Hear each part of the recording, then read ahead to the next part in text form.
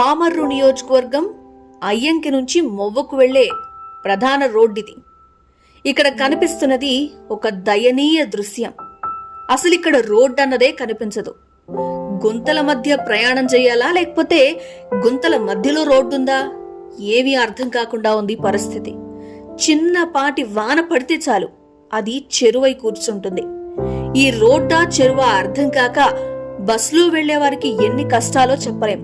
ఇక బైక్ మీద వెళ్తే ఒళ్ళు మొత్తం పగిలేలా ఉంది అంటున్నారు అక్కడ వాళ్ళు. 2025 సంక్రాంతికే గుంతలేని రోడ్లు అన్నారు కదా, మరి ఇదేంటి? ఈ రోడ్డుని చూసి ప్రశ్నించకపోతే ప్రజలే బాధపడే పరిస్థితి ఉంది. ఇది కృష్ణా జిల్లా పామర్రు ప్రజల కష్టాల కథ. ఈ వీడియోని ఖచ్చితంగా అధికారులకు వెళ్లే వరకు షేర్ చేస్తూనే ఉండండి. ఈ సమస్యకు ఖచ్చితంగా పరిష్కారం వచ్చి తీరాల్సిందే. ఇలాంటి విషయాల కోసం ప్రజారథం ఛానల్ సబ్స్క్రైబ్ చేసుకోండి. Thanks for watching.